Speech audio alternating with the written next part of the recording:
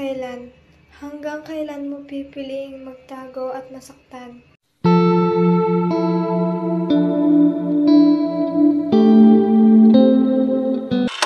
Ang pagpapaubaya ay hindi palaging kahinaan, kundi isang tanda ng pagmamahal at pag-unawa. Kaya sa huli, ang pagkakaibigan pa rin natin ang mananaig.